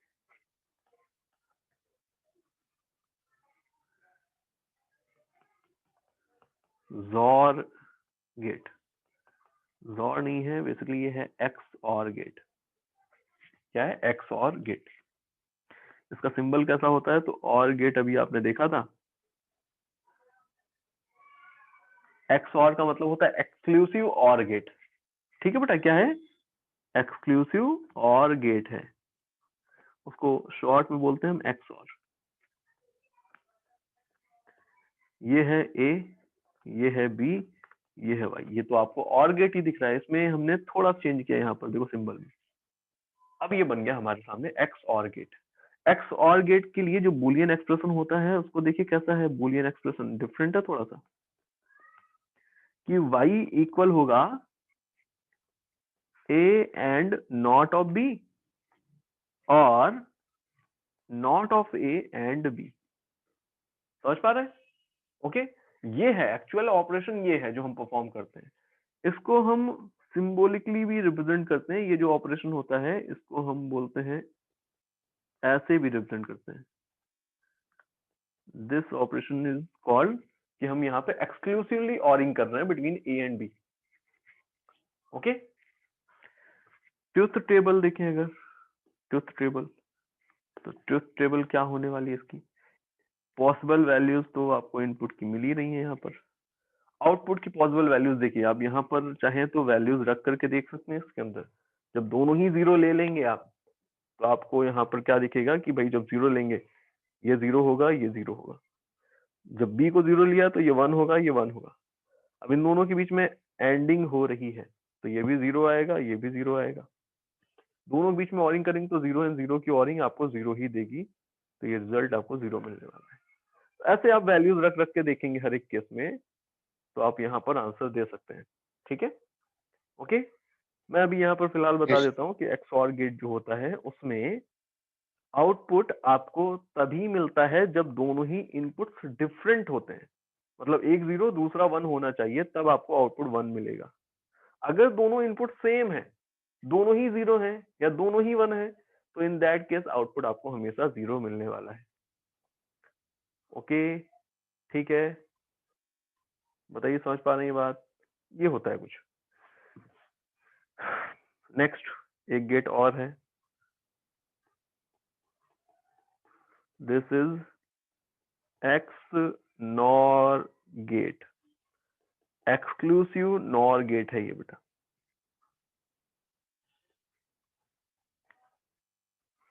इसमें क्या होता है? बस सेम चीज ही है, सिर्फ इसके आगे एक नॉट और आ गया है। आप समझ पा रहे होंगे, नॉट प्लस एक्सक्लूसिव और को XNOR बोला है। यहाँ पर एक, यहाँ पर ये रिंग और आ जाएगी, एंड जब आप रिंग यहाँ पर ले आएंगे तो बूलियन एक्सप्रेशन भी थोड़ा सा चेंज हो जाने वाला है। बूलियन एक्सप्रेशन जो होगा, ये भी आपने लिखा था y इक्वल था ना A B bar and A bar and B के, है ना? तो अभी ये भी चेंज हो जाएगा, ये चेंज होकर के इस फॉर्म में आ जाएगा। सॉल्व करके हम अभी यहाँ पर इसको इस फॉर्म में ला सकते हैं। इसके अकॉर्डिंगली देखें यहाँ पर, तो भी हम बूलियन एक्सप्रेशन को ऐसे लिख सकते हैं कि भाई एक्स और गेट का जो आउटपुट था वो ये था, इसके आगे नॉट गेट और लगाया है तो ये हो गया। ठीक है, अब वैसे तो हम ये ऐसे भी लिख सकते थे, बट इसको भी रिप्रेजेंट करने के लिए, मतलब XNOR जो है, इस ऑपरेशन को भी रिप्रेजेंट करने के लिए हमने एक स्पेशल सिंबल भी ड्रॉ कर रखा है, मैथमेटिकल। इसको हम ऐसे दिखाते हैं। इस सिंबल का मतलब है कि हमने A एंड B के बीच में एक्सक्लूसिव नॉरिंग की है। ठीक है, ट्रुथ टेबल देखिए भाई, जो भी आउटपुट आया था यहाँ पर XOR गेट से, उस आउटपुट को हमने यहाँ पर नॉट गेट को एडिशनली सप्लाई कर दिया। तो नॉट गेट वापस इन सब की वैल्यूज को चेंज कर देने वाला। जहां पर 0 था वहां पर 1, जहां पर 1 था वहां पर 0। तो अब यहाँ पर क्या हो गया, इसका जस्ट अपोजिट हो गया, एक्स और का जस्ट अपोजिट। मतलब जब दोनों इनपुट इक्वल होंगे, दोनों ही 0 होंगे या दोनों ही 1 होंगे, तभी आपको आउटपुट 1 मिलेगा। अगर दोनों डिफरेंट है तो आउटपुट आपको 0 मिलेगा। ये लॉजिक यहाँ पर आपको दिखने लगा। बताइए, इसमें कोई कंफ्यूजन है यहाँ तक? ठीक है, ओके।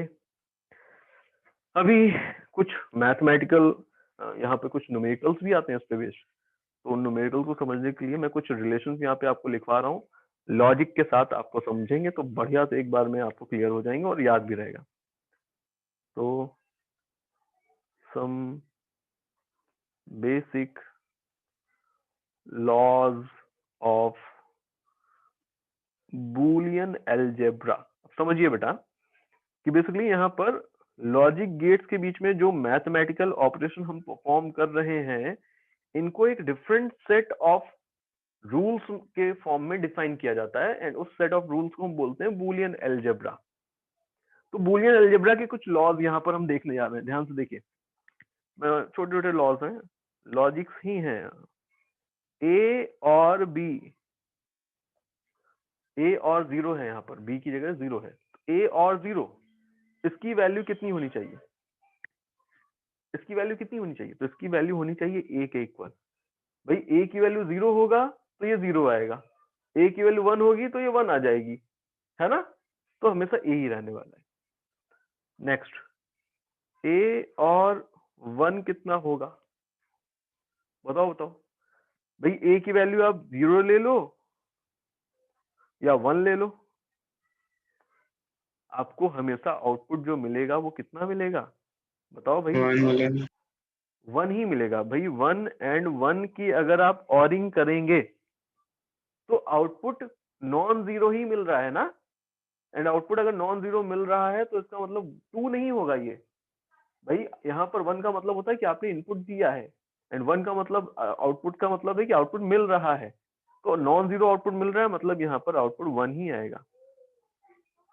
ओके, इसी तरह से ए का ए के साथ ही ऑरिंग अगर हो रही हो तो क्या होगा? ए की ए के साथ ही अगर ऑरिंग होगी तो ए ही आने वाला है। ओके, तो ये मैंने कुछ रिलेशन दिखाए आपको ऑरिंग वाले। ऐसे ही नेक्स्ट, मैं ए की एंडिंग 0 के साथ कर रहा हूँ, तो अब ए की वैल्यू 0 ले लो या 1 ले लो, ये हमेशा 0 आएगा, क्योंकि दोनों ही इनपुट नॉन जीरो होने चाहिए, तभी आपको एंड गेट में आउटपुट 1 मिलता था। नेक्स्ट, ए की वैल्यू एंडिंग में 1 के साथ कर रहा हूँ। अब भाई ए की वैल्यू 0 होगी तो यहाँ पर इसका रिजल्ट 0 आ जाएगा। ए की वैल्यू 1 होगी तो इसका रिजल्ट 1 आ जाएगा। तो मतलब जो भी ए की वैल्यू वही आउटपुट आ रहा है, तो ए के इक्वल आ गया ये। नेक्स्ट, ए की एंडिंग ए के साथ ही हो रही है, अब क्या होगा? तो आप बोलोगे ए ही आएगा ये तो, ठीक है ना? ओके, ये एंडिंग के कुछ रिलेशन थे।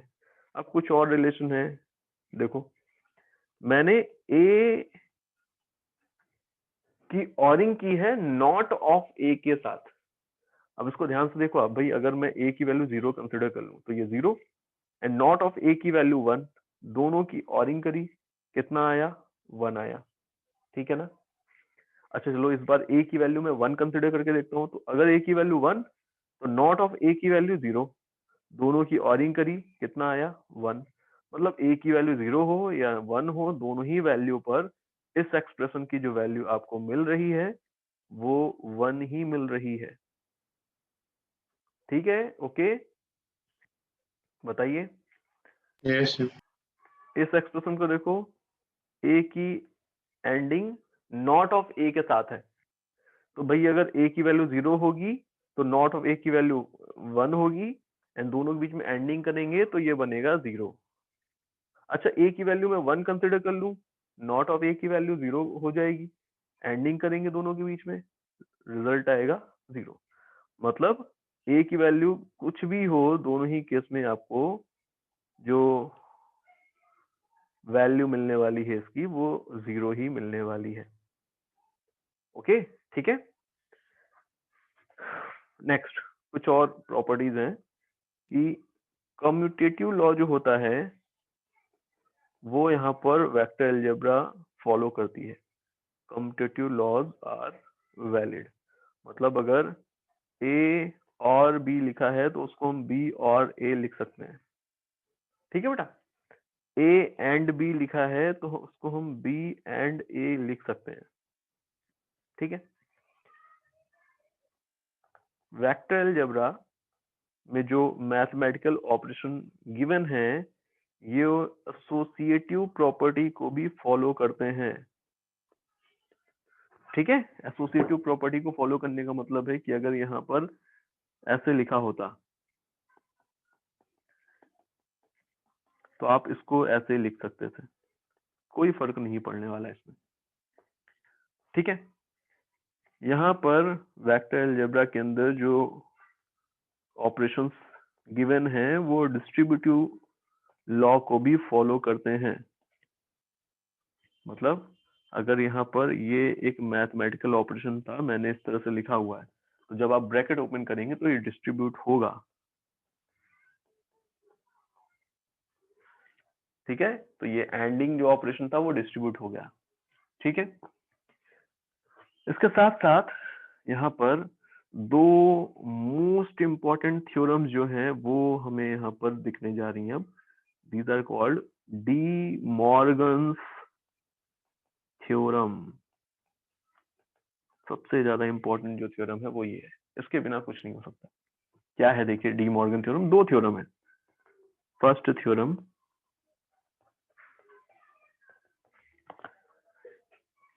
ए और बी का नॉट इक्वल होगा not of A and not of B के एंडिंग के। एंड सेकेंड थ्योरम जो होगी वो इसका उल्टा, कि ए एंड बी का जो नॉट होगा वो इक्वल होगा not of A and not of B की ऑरिंग के। इसको याद रखने का वैसे एक तरीका है, कैसे याद रखते हैं, ये था आपके सामने, तो हम बोलेंगे break the line change the sign. तो लाइन को ब्रेक कर दो, मतलब ये जो नॉट था ना, इस वाली लाइन को ब्रेक कर दिया, break the line and change the sign, तो ऑरिंग हमेशा एंडिंग में कन्वर्ट हो जाएगी।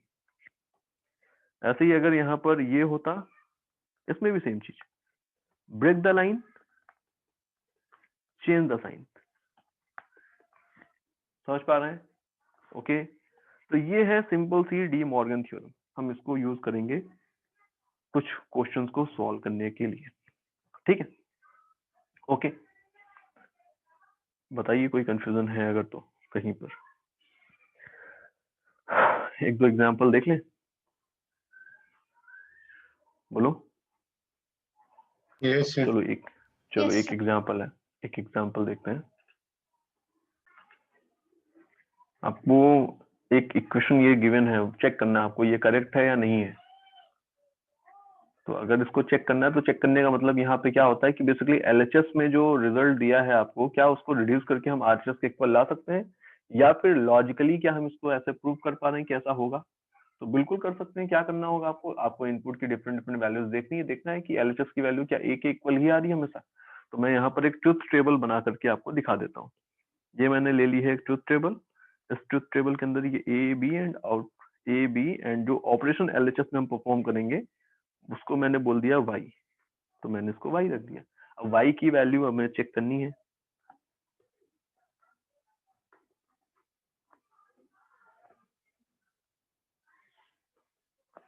भाई a की वैल्यू 0 0 0 1 1 0 1 1 हो सकती है। अच्छा, अगर a की वैल्यू 0 होगी, a की वैल्यू 0 होगी तो ये टर्म 0 हो जाएगा एंड ये 0 ही आने वाला है ना। अगर a की वैल्यू 1 होगी, a की वैल्यू 0 होगी, b की वैल्यू 1 होगी, तो a की वैल्यू 0 तो ये टर्म 0 एंड ये तो 0 है ही, तो ये अभी भी 0 ही आने वाला है। अगर a की वैल्यू 1 है, b की वैल्यू 0 है, तो ये 1 आ गया है बेटा, एंड ये b की वैल्यू 0 थी इसलिए ये वाला टर्म 0 आ गया है। अब दोनों की ऑरिंग करी आपने तो आपको क्या मिला, 1 ही मिला है। अगर a की वैल्यू 1 है, b की वैल्यू 0 है, सॉरी b की वैल्यू भी 1 है, तो डेफिनेटली ये भी 1 था और ये भी 1 आया। दोनों की ऑरिंग करी आपने, आपको क्या मिला? 1 ही मिला। बताइए क्या आपको ऐसी ट्रुथ टेबल दिख रही है एक?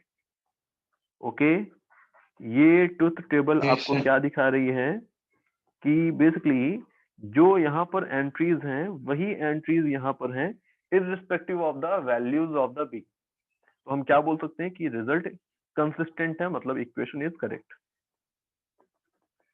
ठीक है बेटा, ओके। तो हम इस तरह से भी Yes, क्वेश्चन sir. को कर सकते हैं। अब एक और एग्जांपल है जो मैं यहाँ पर दिखा रहा हूँ आपको, ध्यान से देखिए जल्दी से। 1 मिनट, ये देखिए।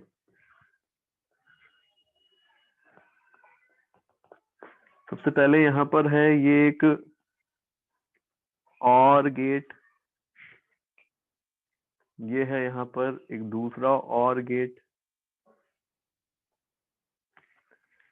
इन दोनों ही और गेट को हमने इनपुट सप्लाई किए हुए हैं एंड जो आउटपुट्स यहाँ से आने वाले हैं, इन आउटपुट्स को हमने एक एंड गेट को दे दिया है एंड यहाँ से आने वाला है आउटपुट y। ठीक है, अब जो इनपुट्स दिए हैं उन पे ध्यान दीजिए, इनपुट्स किस तरह से दिए। ये है w एंड ये है x। प्रीवियस ईयर क्वेश्चन ही है ये, ठीक है, w एंड x। एंड यहाँ पर है y। दूसरा जो आउटपुट है यहाँ पर, सॉरी इनपुट जो है दूसरा, वो ये वाला है। क्या दिख रहा है आपको? W ही है बेसिकली, दूसरे वाले गेट को भी जो आपने दिया है। इस तरह का आपको एक सर्किट बना करके दिया गया है। ओके, 3 इनपुट हो गए बेटा यहाँ पर, W, X एंड Y। तो आपसे पूछा था Y of the given circuit equal होगा, किसके किसके इक्वल होगा? तो 4 ऑप्शन है।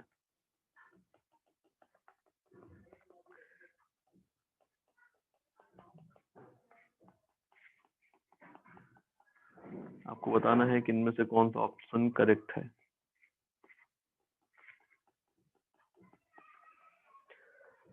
चलिए मैं करके दिखा रहा हूँ आपको कैसे करेंगे। सबसे पहले तो आपको दिख रहा है कि भाई आपने इस वाले और गेट को W सप्लाई किया है यहाँ से एंड यहाँ से सप्लाई किया हुआ है X। यहाँ से W, यहाँ से X अगर आप सप्लाई करेंगे तो यहाँ पर जो आउटपुट आपको मिलेगा इस और गेट से वो कितना होगा? W और X। ठीक है ना?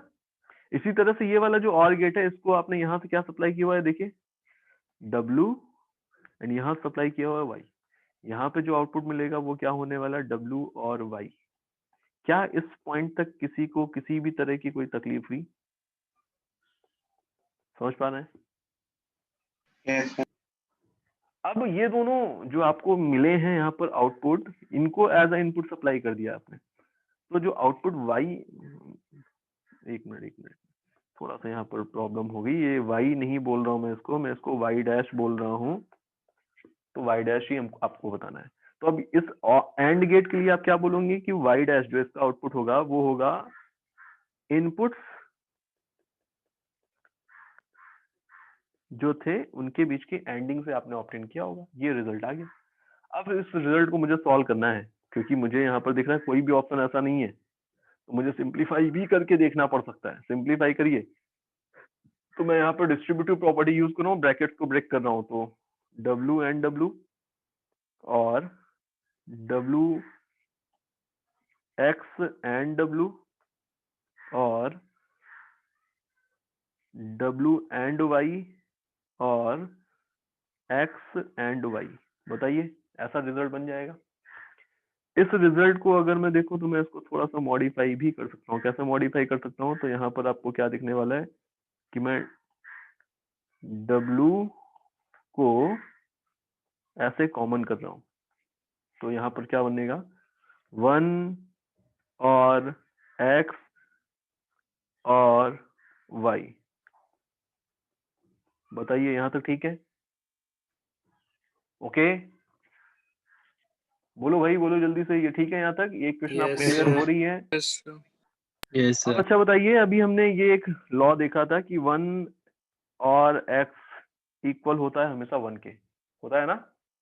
अभी यहाँ पर मैंने जस्ट अभी आपको ये बताया, देखो मतलब 1 के साथ ऑरिंग करेंगे आप किसी भी चीज की 1 ही रहेगा, तो यहाँ पर भी सेम चीज है, ये 1 है, तो ये 1 है, तो मैं इसको रिड्यूस करके ऐसे लिख सकता हूँ, इस इक्वेशन को ऐसे रिड्यूस कर सकता हूँ,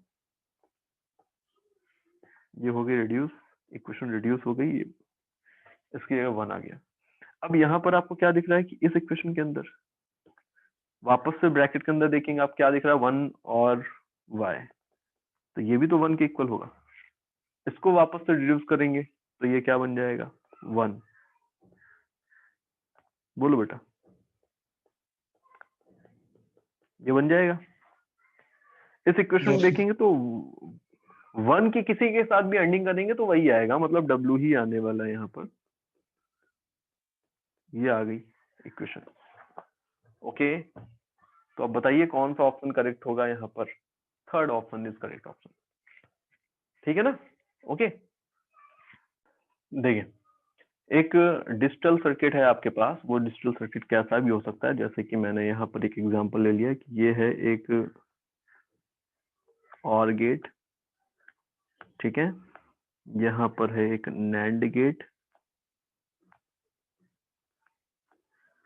यहाँ से जो आया यहाँ से जो आया, इनकी हमने वापस से ORing कर दी है।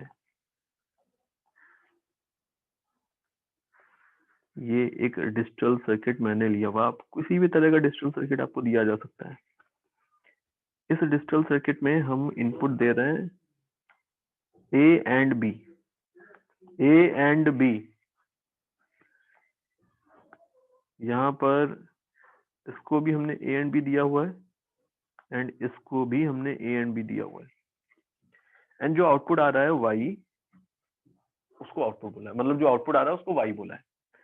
अभी मुझे बेटा जो इनपुट्स हैं A एंड B, उनके लिए यहाँ पर वेवफॉर्म गिवन इस बार, एंड इस वेवफॉर्म की हेल्प से हमें Y की वेवफॉर्म ही ड्रॉ करनी है। आपको सपोज 4 ऑप्शन गिवन है, आपसे बोला जाए बताइए Y की वेवफॉर्म कौन सी होगी, तो क्या करेंगे, तो इसमें समझना है आपको कि यहाँ पर जो इनपुट है उसमें आपको दिख रहा है वैल्यू अप हो रही है, हाई मतलब अप हो रही है, डाउन हो रही है ना, हाई या लो, तो हाई रिप्रेजेंट कर रहा है 1 को एंड लो रिप्रेजेंट कर रहा है 0 को। तो जब यहाँ पर हाई है तो ये 1 बोला जाएगा, अदरवाइज ये 0 है। सिमिलरली ये 1 है एंड यहाँ पर ये क्या बोला जाएगा 0। तो अभी पहले तो आपको ट्रुथ टेबल यहाँ पर चाहिए होगी, तो ट्रुथ टेबल निकालने के लिए आपको यहाँ पर मैथमेटिकल ऑपरेशन देखना पड़ेगा। सबसे पहले मैथमेटिकल ऑपरेशन देखें तो यहाँ पर A और B होगा, यहाँ पर A एंड B होगा, एंड देन Y इक्वल होने वाला है दिस दिस। बोलिए ठीक है ये बात। अभी इस रिलेशन को देखें तो मैं फर्दर और सिंप्लीफाई कर सकता हूँ, ये ऐसे लिखी जा सकती है क्या, इक्वेशन लिख सकते हैं ऐसे। ऐसे लिखने के बाद आपको क्या दिख रहा है यहाँ पर, मैं A को कॉमन कर सकता हूँ, क्या ये ऐसे लिखी जा सकती है इक्वेशन, बोलो बेटा, ठीक है। अब जब आप ऐसे लिखोगे तो ये क्या बन जाने वाला है 1। अगर ये 1 बन गया तो y इक्वल होगा किसके, A और B के, है ना। तो आपको क्या दिख रहा है कि ये जो कॉम्बिनेशन दिया है ये और कुछ नहीं है, बल्कि ये तो OR गेट ही बन गया, क्योंकि OR गेट का बुलियन एक्सप्रेशन आपने फाइनली ऑब्टेन कर लिया इसको कैलकुलेट करके, रिड्यूस करके, ठीक है ये बात। ओके, अब OR गेट का लॉजिक क्या कहता है, तो OR गेट का लॉजिक ये कहता है कि जब दोनों ही इनपुट्स 0 होते हैं, ओनली इन दैट केस ये 0 होता है, अदरवाइज कोई भी एक इनपुट अगर नॉन जीरो है तो आपको आउटपुट नॉन जीरो ही मिलने वाला है। तो सेम लॉजिक मैं यहाँ पर अब लगाने जा रहा हूँ आउटपुट वेवफॉर्म ड्रॉ करने के लिए। ध्यान से देखिए, बहुत ही इजी है। ये देखिए, ये मैं ड्रॉ कर रहा हूँ स्टार्टिंग से। स्टार्टिंग में A एंड B में देखें तो B 1 है, इसलिए आउटपुट आपको 1 मिलने वाला है, आउटपुट 1 है यहाँ तक। इसके बाद A भी 1 है, B भी 1 है, तो डेफिनेटली 1 मिलेगा। इसके बाद A 1 है, B 0 है, तो भी 1 मिलेगा। उसके बाद B 1 है, A 0 है, तो भी 1 मिलेगा। बोलो हाँ, इस पॉइंट के बियॉन्ड, इस टाइम इंस्टेंट के बाद देखें अगर, तो ये भी यहाँ पर भी दिख रहा है आपको, ये भी 0 एंड ये भी 0। अब यहाँ पर क्या होने वाला है, तो ये 0 हो जाने वाला है। बोलो बेटा, एंड इस टाइम इंस्टेंट पे पहुंच करके ये वापस से 1 पे सेट हो गया, तो वापस से ये 1 हो गया, तो वापस से आउटपुट 1 मिलेगा आपको। बताइए क्या आप ये डायग्राम समझ पाए? क्या आपको ये वेवफॉर्म क्लियर हुआ? Yes. ठीक है बेटा, ओके।